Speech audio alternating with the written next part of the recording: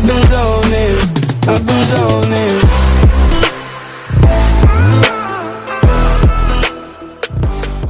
Эй, зоё өцгөн залуусаа. Энэ удаагийн бичлэгээр юу ярих талаар та бүхэн гарчнаас хараад мэдсэн баха. Тийм ээ, энэ удаа Nike Swoosh логоны талаар ярилцахаар бэлгэлээ.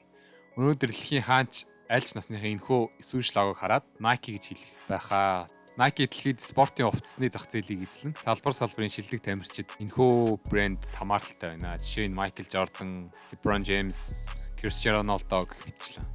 Энэхүү лого бол Nike өнгөрсөн болон ирээдүйн амжилттай салшгүй холбоотой зүйлс нэг болохоор энэ удаа онцлж дуртаар шийдлээ. За ингээд бичлэгийг эхлүүлцгээе.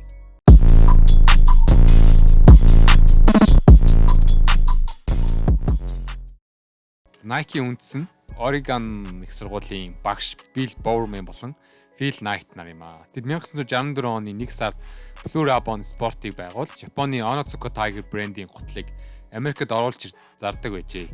1971 оны үед Onitsuka Tiger болон Blue Ribbon Sports хоёрын харилцаа тасарч Blue Ribbon Sports өөрсдийн гутлаа гаргахаар нэрээ Nike бол өөрчилжээ. Nike гэдэг нь болохоор Грекийн ялтын бурхны нэр юм байна. Тэгээд Phil Knight тухайд Portland мужийн их сургуульд нэгтлэн бодох бүртгэлийн хичээл заадаг байжээ. Тэр үедээ Caroline Davidson гэдэг хүнтэй танилцж байжээ. Caroline Davidson тухайн сургуулийн график дизайны оюутан байж. Phil Knight Caroline Davidson лого хийх саналыг тавьсан бөгөөд Adidas-ын 3 зурагтай логоноос өөрөөр хийх хүссэн байна. Davidson 6 өөр санаа гаргаад санаануудаа салфеткэн дээр зурж хутлан дээр барьж үзэж болох үсээр хийж байжээ. Davidson Nike Swoosh-ийг 17.5 цагт хийж гүйцэтгэжээ. Яагаад ийм бага хугацаа зарцуулсан бэ гэхээр тухайн үед Мексиктэйсэн үйлдвэрээс гутлын хайрцаг дээр хэвлэх логог сүүлийн хугацаанд тулаад байсан учраас ийм бага хугацаанд зарцуулжээ.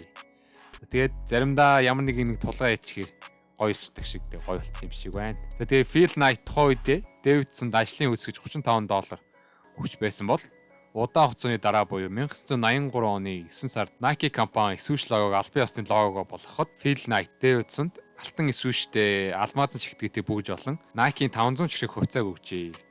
За тэгээд 1971 оны 6 сарын 18-да Nike компани Swoosh логог патентлаа авч байжээ. 1972 онд Nike анхны Swoosh-ийг ашигласан Moon Shoe болон Nike Cortez судалгаанд гарч байж. Swoosh гэдэг нь бидний хажуугаар хурдтай зүйл өнгөрөхөд гардаг дуу бөгөөд энэхүү үг нь хурдтай чимээ хурд хөдөлгөөнийг хэлтэж байгаа юм байна. Мөн Swoosh логог Nike бурхны даалгавчнаас санаа авч хийсэн.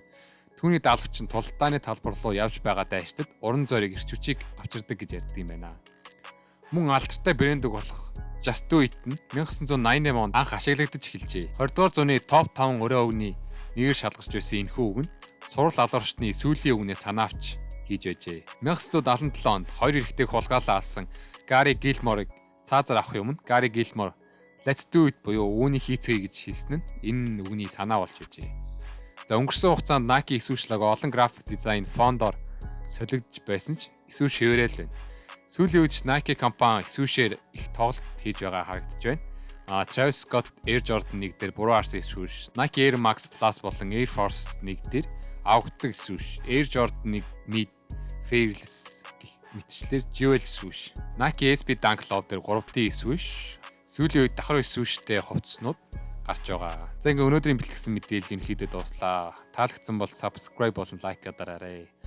Олон хүнд share хийж өгөөрэй.